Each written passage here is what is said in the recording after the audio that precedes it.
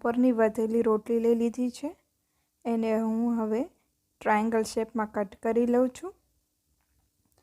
તમે કોઈ પણ શેપમાં કટ કરી શકો છો. જે શેપ તમે ગમે એ શેપમાં તમે કટ કરી શકો છો. હું અહીંયા આ રીતે ટ્રાયેંગલ શેપમાં કટ કરી લઉં છું. અને હવે મેં તેલ ગરમ કરી લીધું છે ને તેલ ગરમ થઈ જાય એટલે રોટલીના બધા ટુકડાઓને એકદમ કડક થાય ત્યાં સુધી તળી લેવાના છે. એકદમ ખાખરા જેવા કડક થઈ જાય ત્યાં સુધી તળી લેવાના છે.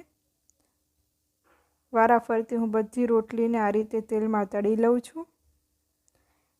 જો તમારા બાળકો રોટલી ન ખાતા હોય તો આ રીતે તમે આ સ્નેક્સ બનાવીને આપી શકો છો. તમારા બાળકોને ખૂબ જ ભાવશે અને એ બાને રોટલી પણ ખવાશે.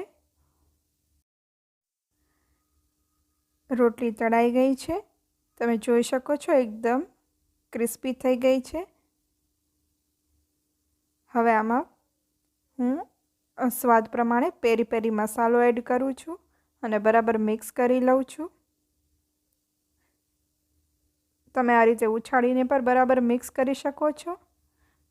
અને તમે અહીંયા વધેલી રોટલીની જગ્યાએ તાજી ફ્રેશ રોટલીનો પણ યુઝ કરી શકો છો.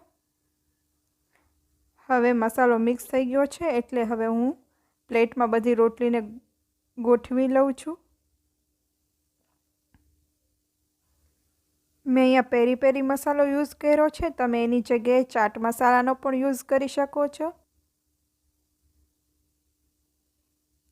આ રીતે પ્લેટમાં બધી રોટલી ગોઠવી લેવાની છે.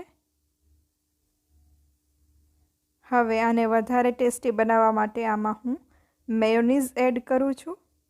આ રીતે તમે મેયોનીઝ લગાવી દેજો રોટલી ઉપર. એનાથી બાળકોને રોટલી ખૂબ જ ભાવશે. અને હજુ થોડો તમારે પેરી પેરી મસાલો એડ કરવો હોય તો આ રીતે સ્પ્રિંકલ કરી શકો છો ઉપરથી. તો રેડી છે બાળકોને ખૂબ જ ભાવે એવો નાસ્તો.